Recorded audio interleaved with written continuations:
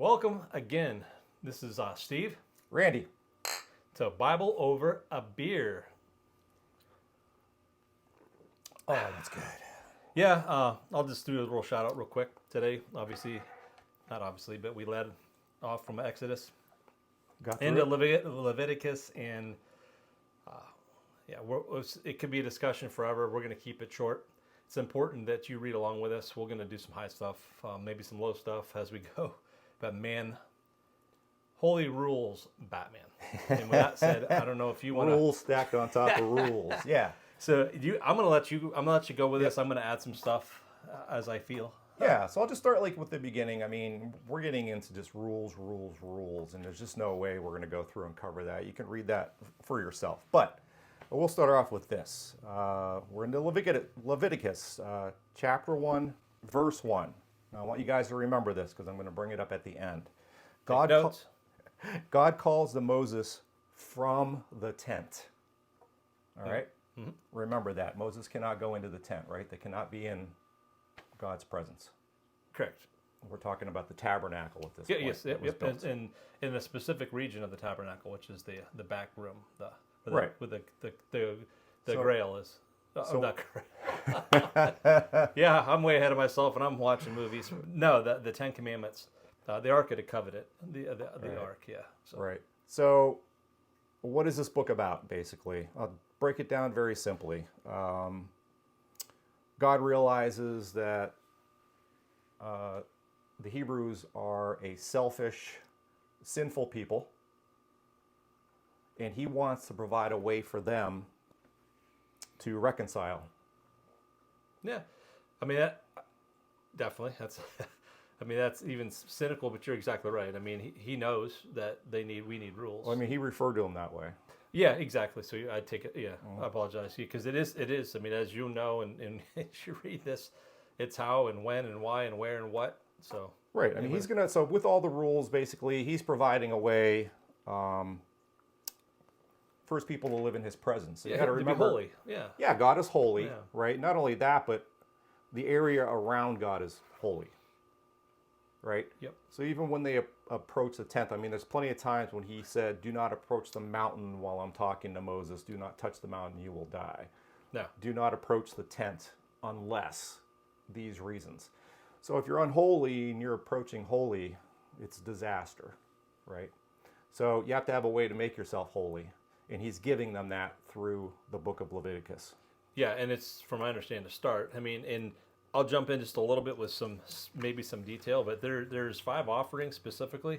Obviously, we're not going to cover them in depth because it's extremely detailed. He goes over the offerings, and then he goes back over the offerings, and goes back over the offerings, and it is. You need to read it. I think it's important, but the more important, since this is a journey and a discussion, I want the high points, and we want, what I briefly just go over, the burnt offering, which is the most basic offering for the sin. There's 3 types of offerings you can do for the burnt offering. It's also kind of a food offering. A young bull, if you can afford it. If not, a male sheep or goat. And then if not, then there's a dove. And then just quickly, the sinner, I guess, is the slaughter of this. They place the hand on the animal's head, and this is outside the tabernacle. Taking your guilt and putting it on the animal. Exactly. Good. Thank you for that. And then you slaughter it, and then you Aaron's sons then, and this is for the burnt offering. They splash blood on the altar for the bull and the birds, and then on the north side of the altar for the sheep. I'm not certain why the sheep was different. Could be my reading. I don't know. Yeah. And then on the birds too, instead of just breathing, he removes the crop and the feathers and puts them on the east side of the altar. And actually, I misspoke. So it's too much to remember. Yeah, too much to remember. You'll exactly. read it. Yeah. So, anyways, he goes through it, and all the birds. He cuts out the crop and feathers and throws them down. And Details. Yeah. Yeah, and then it goes into the grain offering, which is the finest flour. Then you mix it with olive oil and some incense. And there's a couple ways you can do that. And then the priest takes a handful and burns that. That's the memorial offering, and then he's able to. Then the priest actually eat the rest. That's cool. The fellowship offering, that's peace offering, I guess. That's a cow, sheep, or lamb. Right. And then the there's peace this- offering was you're giving something, you're sacrificing something that you have and giving it over to the Lord. Correct.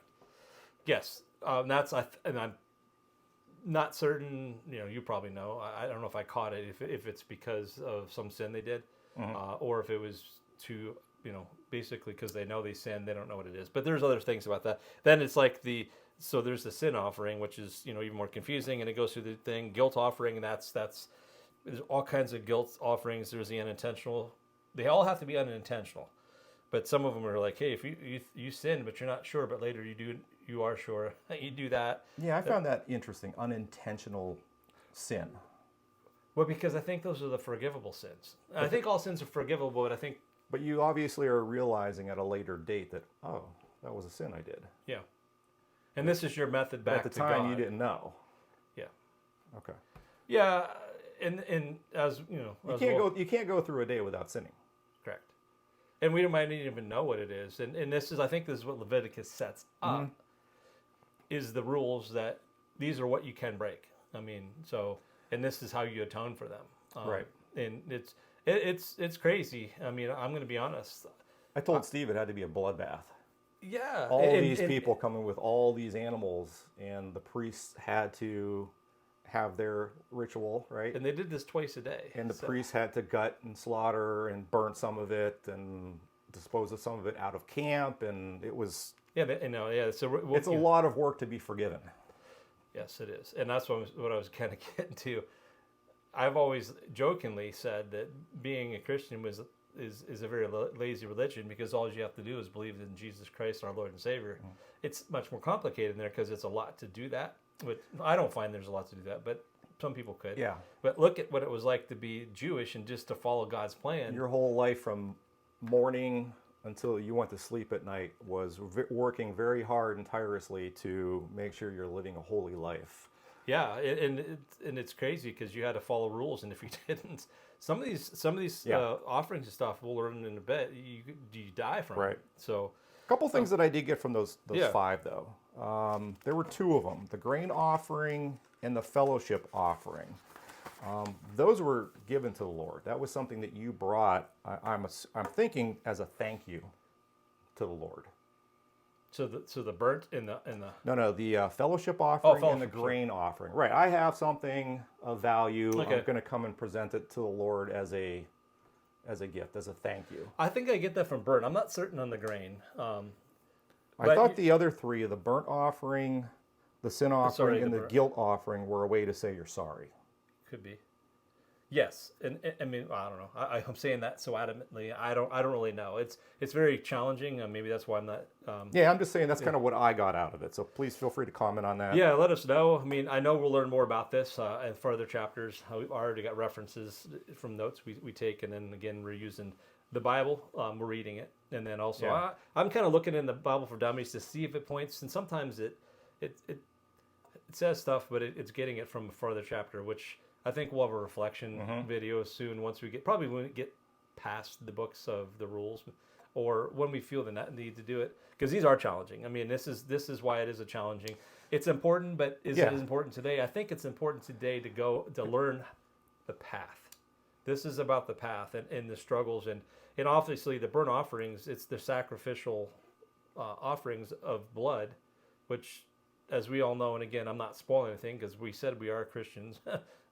The lamb was Jesus. His blood was sacrificed for us all, and then that stopped for Christians. Right.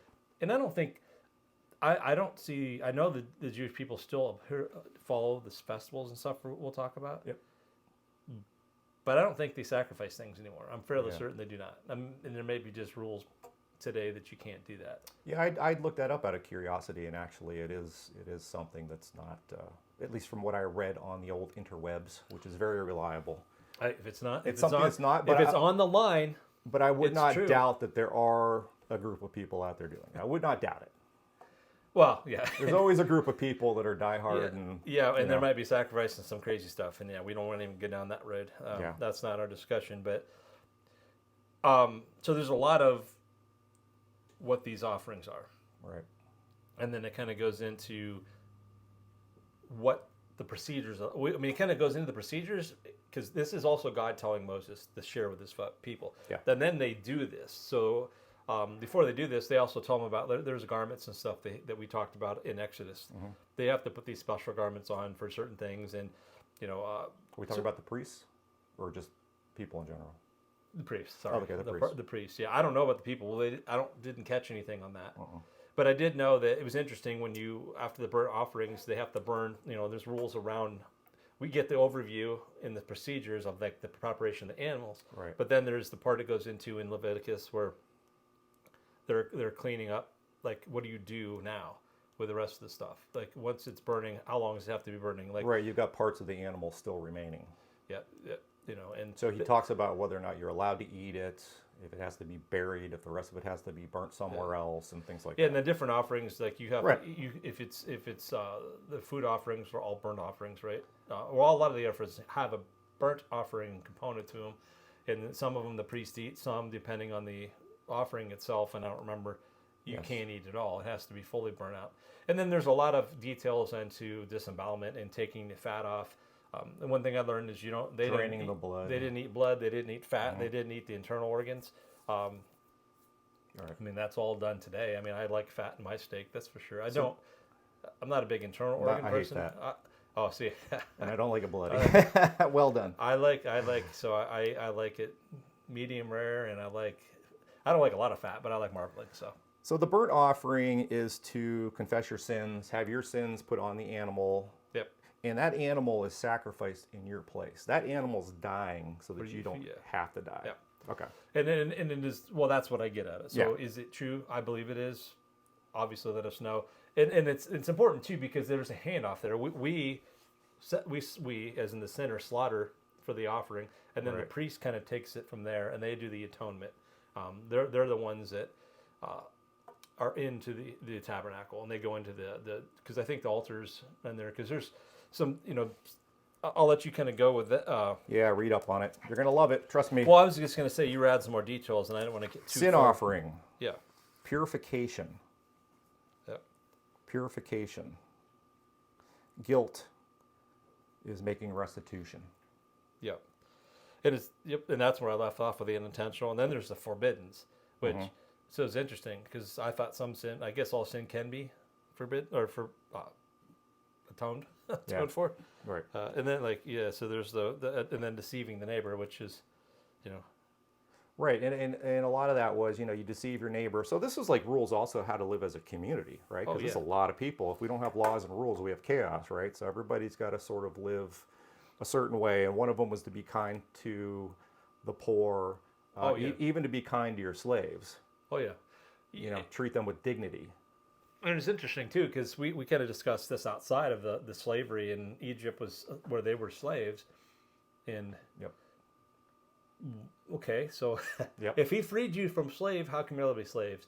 And I think we found a little bit different perspective. They weren't treated as our general definition of a slave is. They're treated as equal members of the people they live with, and then depending on the type of Right. how they come about, they're released. And there's indentured service, which is Right. not really slaves. So there's a lot of They use the word slave, but like you were saying, servitude. I mean, it could be people who are living on the street that have no home, yep.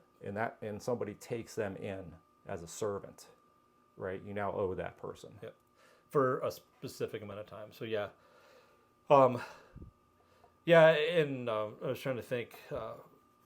Geez, it goes into so many things. So we went past all the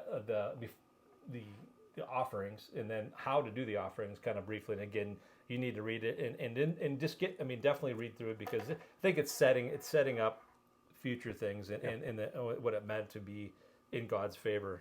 And it's a challenge. So it's not a wonder why the Israel people still struggle to today. I think because they're still following parts of this what we're doing, but.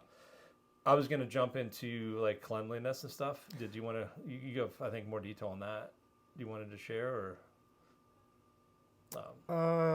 Yeah. Let me just find it in my notes. Well, if you don't want to jump. I mean, clean and unclean. I really found that, this interesting. I mean, an animal could be a certain type of animal is considered clean or unclean.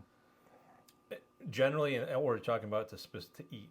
Right, exactly. And so we're talking. So they were given specific rules as to what animals You could eat. you could eat, Yeah, sorry. and animals that you should not eat. Yeah. And it went into livestock, an animal that has a divided hoof that chews the cud. The cud. Randy was asking what a cud is, and we're both from a small town that had a lot of So, farms mixed. But He did describe certain animals that don't fall into that category, that do fall in that category, but you still can't eat Yeah. those. But overall, generally, you could eat that animal. Yep. And then as far as the seas, you could eat what has fins and scales. Birds. you couldn't eat. Basically, they listed what you couldn't eat, which is eagles and vultures. I mean, a lot of Yeah. the cleanup crew, which is, I think there's a lot of common sense in this area. Flying insects, which ones you could eat, The ones that jointed legs and hopped as well as flew. and the ones that move along the ground are unclean. Which common sense. And a lot of things. People eat rattlesnake, though. Well, that's today. Remember, this is past. I mean, back and then you couldn't eat that. You couldn't eat geckos. Yeah. You couldn't eat. There's a lot of things you couldn't eat. It was, and I'm gathering this. I don't know what your opinion on this is. I see a lot of rules of sanitation. A lot of diseases are spread for blood. So even to this day, I have Muslim friends, and they don't eat blood. They have to wash their meat with water. Okay. And I think, and it's, don't hate us for this, but as an observation, I see a lot of Jewish traditions in the Muslim traditions, and I only know a little bit. So just the small, like eating in the food. That's interesting. You just said that because that just kind of struck a chord with me because I was sort of like looking at these and I thought of like one of them was like having some sort of a skin disease, and I thought to myself, well, those poor people, they don't choose to have a skin disease, but like you said, living as a community as whole, these things can be easily spread. Yeah, exactly. And so if you're considered unclean, you need to be apart from the community for a while. I always thought of that as like a punishment, but what it's actually doing is it's hopefully giving you time to heal. Yep. But at the same, and not spreading it amongst the entire community. Okay. Yeah, and Thanks, I agree. So it's back to the sanitation again. Like don't eat blood, and then the skin can. I like that. Yeah, and hey, give your thoughts on that. Because it just seems like it's going over what you shouldn't eat, and a lot of stuff is common sense. Excuse me, and it segues almost into, and I don't want to get too far ahead, but some of the some more sins, and grain eating fat blood for ordinance of his sons. So we don't have to really go through because again, this isn't about training you on what we read. This is sharing what we found interesting and what we got out of it. So we're going to skim because there's so many details. Yeah, just the unclean part. Purification There after it is. childbirth. All right, Yep. Skin diseases, regulations about defiling molds, cleansing skin diseases. Sorry. How you cleanse from molds, discharges from the body. Just to name a few. Actually. Well, I mean that's just You're considered unclean, right? Yeah, I mean definitely for a period of time. Yeah, and I'm going to add to this, and not to discourage folks, but this. So it's an interesting read, and I've read it 3 times, and I still can't memorize it. Some of the stuff I've read, it kind of sinks in and it makes sense. There's so many rules, so many details, so many rules. So please, as you're joining this journey with us, which we welcome you all to, read it through, and then take what inspires for you, and then read some more. Sometimes I almost feel like I was cramming sometimes. But at the end of the day, it's like I get the big picture because a lot of this is common sense. And one thing I wanted to point out, we didn't go, so we're kind of digressing slightly, but we talked about the rules that if you don't follow them to a T, especially around the offerings, you aren't going to live. And that was so it's 2 of the priests, Aaron's 2 oldest sons, Nadab, and I'm going to butcher the names, and Abihu. They offered unauthorized fire before the Lord from the incense burn. So they used unauthorized stuff that wasn't told to them by the Lord. And this is in Leviticus 10, verse 2. Fire came out and consumed them. So that was like, right. We get the rules. And oh, by the way, God killed 2 of And then the let's priests. go on to some more rules. Let's It was go just, on to it was more just rules. that nonchalant, really. I'm like, where'd that come from? Okay. So Aaron and his 2 sons, Aaron's the high priest and his 2 sons are also priests.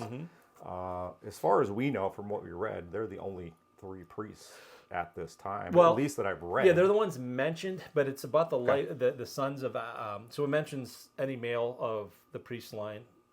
can eat these foods and the offerings. But it is so these rules aren't just for now; they're for the future. 'Cause Too. my understanding is that Aaron has other sons, right? Because the priesthood is supposed to be the lineage. Yeah, because he said his two older Aaron. sons, and then Right, I don't right. think mentioned the name, but I think his other sons came in, and he's the priest line. I mean, that's the divinity line of Right. divinity is a bad word, but that's the priesthood line of the Israelite folks is through the Levites and Aaron and his sons. So you can imagine Aaron at that point. His two sons are vaporized. They're gone. They did not follow Oh, and then there's more rules. the rules to the T, right? And then Aaron's like, and then Moses has to remind Aaron, hey, by the way, this is how you need to do things so that you also don't get Exactly. consumed. Well, yeah, in Aaron and Moses, God tells them when and when they cannot enter the tabernacle. Well, the tabernacle tent, the tent of the meeting, right. which because they can be consumed too by whatever. And then it kind of goes through. Well, and that's a there's good point. I'm sorry to interrupt you because No. the priests also have to make atonement. Oh, the priests definitely. are not sin-free, and they discuss a part in the book. They also discuss about how the priests make their atonements to God. Yeah, and that's some of the redundancy, but there's exceptions, or so there's differences to it because they have to do more. So they are holy. They're Yeah. considered above because Living they a know more stricter. yeah. So they have to do a lot of stuff because there Life. gets into some sins where you have to, do restitution and pay like a tenth or a fifth. Again, you'll find it in the details. There's a lot of I had a note in here lost in the minutia because, it literally tries to go through like sexual deviances and sexual practices. It goes through like what we would consider common sense today, but it goes in great depths. Like don't have relations with your mother, your sister. We know Yeah. that. So I was thinking back to because it came up with like every scenario that you could imagine. Don't Exactly. marry your father's great aunt, and it's just everything that you could imagine. And then I was thinking back to Abraham's day when I think cousins were marrying, and things like that, which that was obviously allowed at the time. So and that's It was very true. it was a very small group in the beginning, Yeah, and I think there was mention. I don't know if we can research back. and I don't know if it mentioned in this book cousins marrying cousins. I don't even know I can't remember if it mentioned that or not, but it did mention sons with mothers. Well, it did and give things like that. specific lineage and what not to do, and there's obviously there's some reasons. Again, it goes back to birth defects, I think, and then cleanliness, and then just bad stuff. But also, they had several wives, if I understand, and so they would have because it mentioned about don't marry your cousin from your father's mother's side. I'm doing it injustice in there. You have to read the details, but it gives specifics of, and it pointed out to me that these folks were married several times, so it might have 4 or 5 sisters I forgot or about mothers. that. They're biological sisters because they come from their father's lineage, but DNA, but Right. So, but I think that's common sense. We kind of know today, or do we? We can make all kinds of jokes there, but that kind of goes a coin. I think most people do. Yeah. So Common sense, like you said. exactly, and then and jump in anytime because I was going to say we said eating blood is forbidden. Sure. You talked about discharge, and then there's the Day of Atonement, which is before that. Then the punishment for sins. This was another random topic too. We were just discussing this, and this is in Leviticus chapter 20. Any Israelite or foreigner resigning or sacrifices to Molech, whoever we don't know who Molech is to be put to death. I think stoned. So Yeah, Molech is from again what I read on the interwebs, deity associated with child sacrifice. Never heard of him. yeah, he's an Egyptian god, so he's an idol, right? So or Okay. a false god. So or the Egyptians did do human sacrifice. yeah. Okay. I guess supposed to do that. I don't know that. Yeah, everybody kind of knows we're not supposed to do that. There's Some examples like don't curse your father, adultery. yeah, but these are punished. So I don't. Sorry, I'm speaking fast because it's exciting to me. A lot of this stuff is sometimes overwhelming, but they actually reads in the Bible that if you, like you said, dishonor your father and mother, you're supposed to be killed. Well, it's got to be more than just saying talking back because post 80s children, my children are older than that, so they're still alive. Trust me, and they back talk the crap out of me. And you got to remember too that the priests are the inter between God and man. The inner. What am I trying to They're say? the toners. Okay. Intermediaries. Intermediate. Thank you, Barry. I can't say the word. And so really any did. of these things that's going on with you, anything, skin diseases, all the way to like, not honoring your parents and stuff, all these things are brought to the priests, and the priests are the ones that make the decisions. And that's part of what atonement, what offering you do, right? Mm-hmm. That these are the rules that govern the offerings. It's probably there specifically. There's so many. I think I had to read it 100 times to kind of know, or born in the Jewish faith. And again, that's the various laws. It kind of reiterates the Ten Commandments, which, Yeah. even though those are all gone by the wayside because of Jesus, we still follow them. We don't kill, steal, so on and so forth. I mean, we're not supposed to. Right. 23, chapter 23, appointed festivals. Oh yeah, Sabbath, Passover, offering first fruits. Festival of Weeks. What's it called? The Festival of Weeks. Festival of Weeks. Trumpets, Day of Atonement, and Tabernacles. I learned Day of Atonement is Yom Kippur. I've heard that from So these are 7 festivals that are still practiced today. today. Yeah. And Oh, each of them are highlighting an important event that happened in their past, such as being led out of Israel by Moses and so on. most famous one to me is the Passover festival. I mean, that was huge. The Sabbath is huge too. I shouldn't overlook that. Oh, that's probably the most important. Mm-hmm. Do what you want for 6 days, and then on the 7th day you rest. Right. And we are all guilty of that. I find myself taking advantage. In of the chapter 7th 25, day. they talk about a Sabbath year. Well, yeah, that's really the interesting. jubilation, yeah, and there's Right. all kinds of rules on the jubilation of Yeah. paying back, and if you buy land, you give it back to all the Israelite people, So it's interesting. Land, even though you sell it, they can buy it back. They have all this stuff, and Fairness is what I think it boiled Yeah, down to. fair- Being fair. Don't overcharge for things. Don't overcharge. yeah, if your neighbor's you know. hurting, lend him at the cost it costs you. Right. Don't make a profit on him. Basically do unto others is exactly Right. what it's saying. People had a chance to change their mind if they sold. They had up to a year to come A back. year? And, yeah.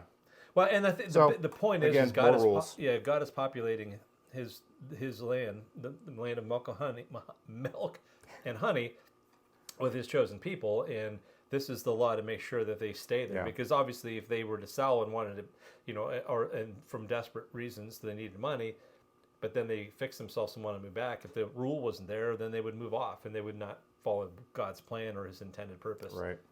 So. Yeah, so we're talking about the Sabbath year, which basically was work for 6 years, sow your fields, right? And if you're obedient, I will give you a bountiful Yeah, He will plenty. provide. I will provide the rain. We'll give you peace, and you will increase in your numbers. And then in the 7th year, you rest. You let the land rest.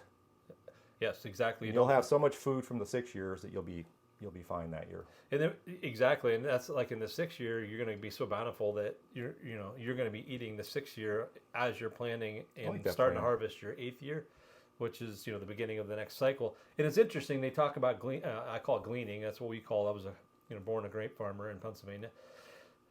Gleaning is going after the stuff that the machine picker left behind. It's usually at the start and the end of the rows, and that mentions that in all the crops. Okay. Don't pick them dry. Leave some for the people that are destitute or the neighbors or the travelers. So that he's setting up rules for positive direction. I think. I mean, because again, these are God's chosen people. I'm assuming the harvests are bountiful because they follow His rules. Right. Because if they don't, He says they're not going to be bountiful, and He'll bring curses on you. So this is. Yeah. It's just a lot of details. I find it fascinating, intriguing that it's almost like liken it to a baseball game, maybe, where baseball's been around so long that there's a rule for everything. So you don't ever question it. You just go to the playbook and boom. Yeah, that's true. I mean, yeah, you're right. Most of us don't question rules. We're just rule followers. Most of us We're raised don't. that way. There's a lot of people that could say that otherwise. Well, but sure there are, but I would say the majority of people are following the rules. Otherwise, we'd all be in jail. That's definitely sure. So They discuss also in chapter 26 punishment for disobedience. I mean, God is going to rain His wrath all over you until you are willing to atone. And if And you then don't atone, He will keep yeah, terrorizing you. and some people, I mean, some of the sins that section they go over were depending on what you did, you were stoned to death.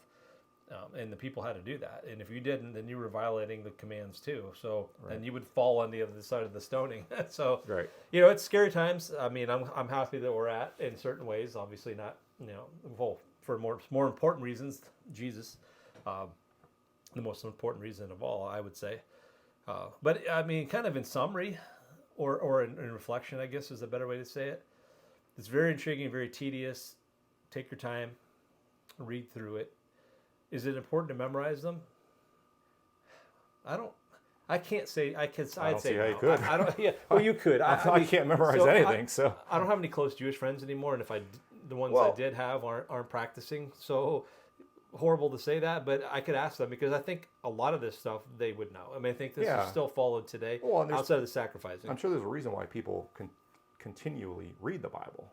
They don't. They don't ever just. Seems like they don't just. A lot of religious people don't just read it and put it away. Yeah. It seems like they read and read and read and read and go to Bible studies and things like that. I mean, it's a never-ending journey. And interesting. I mean, this is our cover to cover first time. Right. So I mean, we're just learning. Yeah. And again, full disclosure, I've read I probably have read verses and chapters from every book throughout my childhood through adulthood in my journey. But I've never read it cover to cover, and this is what's interesting because you get a lot of perspective on stuff. So I think it's awesome. I mean, again, I really want to encourage you to join along with this. This is exciting. It's a conversation. It's not a teaching moment because we aren't teachers. We have more questions than we have answers for. But we do discuss, and we welcome folks to come with us. Join the journey. Pick up a Bible. Let's do it together. Let's do it together. I mean, I really want people to just really know God's word. And again, cover to cover is a way to do it. I mean, I can see many directions once we get there. It's a big challenge. Yeah. We did do Leviticus in one video instead of the other two where we did Genesis and Exodus in two. We felt it was important there with some stuff.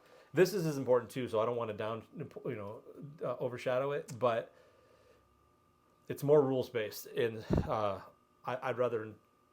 It's more important of where it's going. It's not the exciting story of Moses building the ark and the flood. People are wiped out, and that's a story that you're reading. These are exciting like Nephilim, and then your sinners. This is how you atone for your sin. Here's more rules. You know. If you don't follow my commandments, you will die. And I just want to point out to Randy that Moses didn't build the ark. It was not.